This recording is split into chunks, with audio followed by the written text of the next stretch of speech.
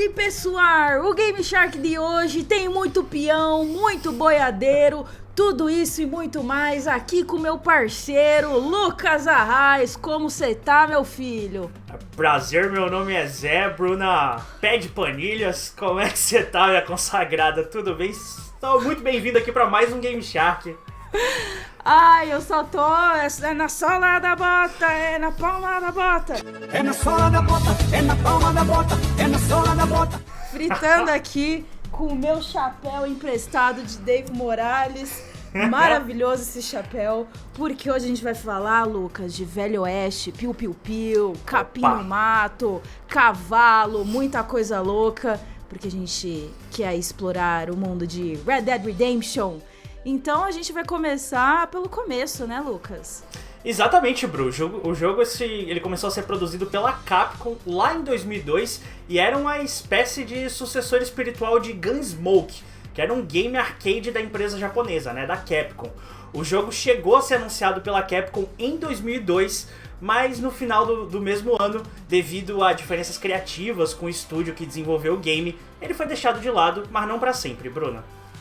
No caso a gente tá falando primeiro de Red Dead Revolver, que foi lançado em 2004 para PlayStation 2 e Xbox, mas ele passou essas dificuldades aí antes de ser finalizado. E só pra quem não sabe, Red Dead é uma franquia de jogos de ação e aventura que tem como base da temática o Velho Oeste estadunidense. Só que a proposta dele não é ser uma obra histórica assim, que puxa bastante a realidade. Na verdade, é meio que contém assim muitos elementos fictícios e alguns aspectos históricos, mas não é o foco do jogo. No final de 2002, a Rockstar Games apareceu na brincadeira e comprou o estúdio que desenvolveu o Red Dead Revolver. E hoje é conhecido esse estúdio como Rockstar San Diego. Com a equipe todinha alinhada, o game voltou a ser produzido a todo vapor para finalmente ser lançado. Bru, e o começo dessa história, dessa franquia que a gente gosta tanto, que é Red Dead Redemption, começou com Red Dead Revolver, que é esse jogo que está ambientado em 1880, durante a expansão estadunidense para o território oeste da América do Norte. No jogo a gente controla ali um personagem em terceira pessoa e a gente vive o Red Harlow, que é um caçador de recompensas. E aí a narrativa vai acompanhando o Red em busca por vingança. Ele tá atrás dos responsáveis que assassinaram os pais dele quando ele era apenas um adolescente. E Revolver segue uma narrativa linear. Durante toda a sua jornada você vai enfrentar inimigos, caçar criminosos e atirar em muita gente, é claro. E além de atirar a galera com pistolas, rifles e shotguns, Red também pode usar equipamentos de usos únicos, como facas arremessáveis, coquetéis Molotov e até explosivos para deixar tudo Velho Oeste pesado. E pra quem não conhece muito o Revolver, porque tem muita gente que jogou o Redemption 1 e o 2, mas não jogou o Revolver, é bem comum, vale mencionar que a história desse jogo também é dividida em níveis que contém chefões. Ao vencer uma luta contra esses chefões, uma boss fight, e avançar na narrativa, o jogo vai te dar uma nota pro seu desempenho no nível que pode garantir alguns prêmios ao jogador, como por exemplo novas armas e personagens jogáveis inéditos. Para atingir as notas, você precisa realizar algumas atividades secundárias e desafios durante a fase, como terminar ela rapidamente ou não errar nenhum tiro. Não é fácil não. Não é mesmo, Bru? E apesar do jogo não ser em mundo aberto, né, durante as fases a gente consegue explorar elementos das cidades e até interagir com NPCs que vão ajudar a gente a se aprofundar mais nessa história. Além de Red, durante a campanha a gente também controla outros personagens em trechos mais específicos dessa história.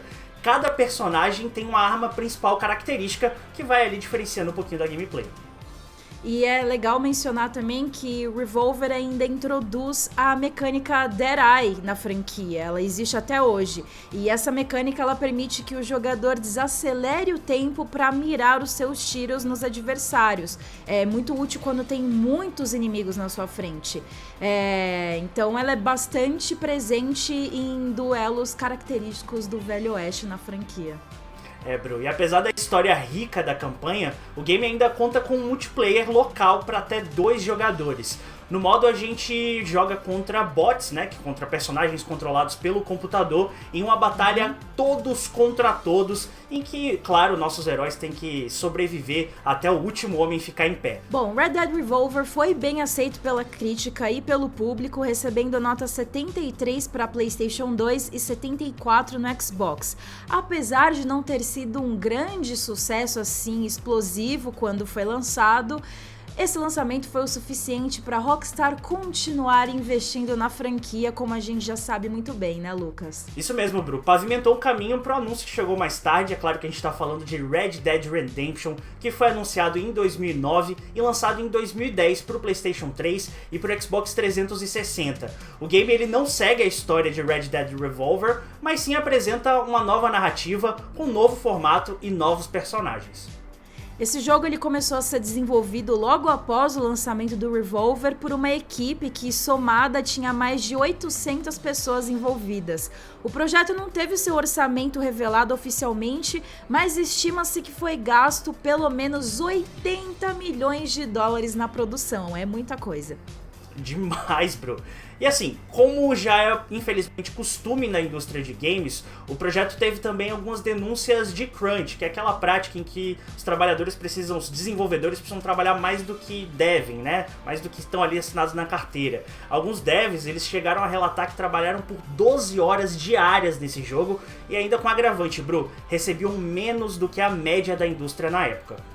É, bem complicado. E a gente vai falar um pouquinho mais sobre isso no Red Dead Redemption 2 também, porque rolou crunch no desenvolvimento desse jogo também. Mesmo assim, o primeiro Red Dead Redemption chegou ao mundo e nesse mês, inclusive, Lucas, completou 11 aninhos. É um número quebrado, mas vale mencionar. O grande diferencial do segundo jogo da franquia foi justamente a introdução de um mundo aberto no gameplay. Para criar uma ambientação favorável à imersão, os devs escolheram justamente o mundo aberto e chegaram a fazer várias viagens para o oeste dos Estados Unidos para se inspirar aí nesse desenvolvimento. É muito legal. E agora em terceira pessoa e com esse mundo aberto, o jogo ele vai se passar em 1911, ainda durante a expansão dos Estados Unidos ao oeste, né? Dessa vez a gente controla o John Marston, que é um ex fora da lei. É, e tem um detalhe, o John, ele teve a sua família sequestrada pelo FBI como uma forma de chantagear o protagonista a caçar sua antiga gangue e entregar todo mundo para as autoridades. A partir disso, você tem que vagar pelo Velho Oeste atrás dos membros da sua gangue para conseguir se reencontrar com a sua família. E aí você vai ter que batalhar, conseguir aliados e encontrar muitos e muitos inimigos. E aí, Bru, pra se movimentar nesse mundo, a gente tem algumas opções, né? A gente pode encarnar o Velho Oeste e usar o cavalo, né? Cavalgar pelo Oeste. Ou, se o jogador que tiver um pouquinho mais de pressa, pode optar pelo sistema de viagem rápida, que aqui funciona com os trens. Com o mundo aberto, a franquia acabou se tornando muito mais imersiva e realmente trazendo muito mais essa ambientação onde se passa a história. E além das missões, você tem a possibilidade de explorar o mapa e interagir com alguns acontecimentos aleatórios que rolam. Tem até enforcamentos públicos, você pode de repente se deparar com um duelo. Se você quiser, você pode aceitar contratos de caçadas por recompensas e muito mais. Tem muita coisa nesse jogo. E tem um sistema muito interessante que foi introduzido nesse jogo, na verdade 2 sistemas, né? O primeiro que eu destaco é o sistema de honra, que serve para medir sua moral. Ou seja, quando você captura um criminoso ou ajuda algumas pessoas, alguns NPCs, a sua moral vai ficando alta e positiva. E a sua moral também pode ser negativa, que é o que acontece com aqueles jogadores que preferem seguir um gameplay mais ousado, por assim dizer, com muitos crimes, assassinatos e roubos. Esse sistema de moral, ele se alia com o sistema de fama, que influencia diretamente em como os personagens não jogáveis, os NPCs, vão reagir ao John no mundo. Uma boa moral vai fazer com que os NPCs te tratem bem e já a negativa pode fazer algumas portas se fecharem literalmente. Literalmente mesmo, Bru. Porque quando a gente comete um crime nesse jogo, perto de algumas pessoas, as testemunhas elas correm direto pra polícia pra te denunciar e te tornam um procurado. Quem jogou GTA vai lembrar que existe aí uma mecânica semelhante nos jogos também da Rockstar, né? E assim, pra lidar com esse tipo de perseguição, você tem algumas opções. Você pode fugir você pode lutar contra as autoridades ou até oferecer ali um suborno para tentar se livrar. Sim, e além da campanha principal de pelo menos 17 horas, Red Dead Redemption também conta com uma DLC paga e um modo multiplayer gratuito. A DLC Undead Nightmare é uma campanha adicional que conta com zumbis em uma linha do tempo alternativa. Apesar de parecer um pouquinho maluco e fora da curva, a expansão foi muito bem recebida pela crítica e pelos jogadores também.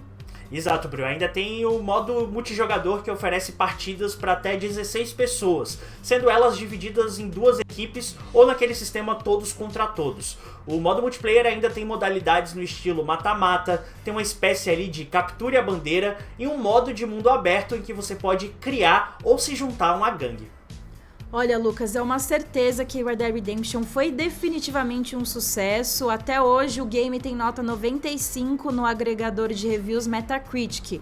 O jogo também vendeu mais de 8 milhões de cópias em menos de um ano e foi indicado a várias premiações daquele ano, recebeu nomeações de melhor jogo e ganhou algumas delas também, né? Não, totalmente, Bru. E assim, eu acho que o jogo deixa um legado imenso sobre construção narrativa e como você criar ambientes imersivos, principalmente aqui para as desenvolvedoras ocidentais. Muitos jogos, né, orientam a gente, por exemplo, na Idade Média, né, a gente pode citar Skyrim como um belo exemplo, mas Red Dead trouxe, eu acho que, um modo de fazer isso com um mundo mais próximo da realidade, né? Eles localizam a gente num período histórico e fazem isso muito bem, mostram como fazer isso muito bem. Ah, sem dúvida alguma. Eu ainda não tive a chance de terminar o primeiro Red Dead Redemption. Eu sei, infelizmente, de tudo que acontece na história. Já acabei tomando spoiler já há muito tempo. Mas eu quero comprar a versão que tem no Xbox para poder jogar retrocompatibilidade, né? Porque mesmo sabendo o que acontece, eu sei que é um jogo muito, muito aclamado e que introduziu as mecânicas da sequência, que a gente vai falar no próximo bloco aqui do Game Shark. Então não sai daí porque ainda tem muita coisa pra gente discutir. Chapeuzinho, tchau, tchau, até mais.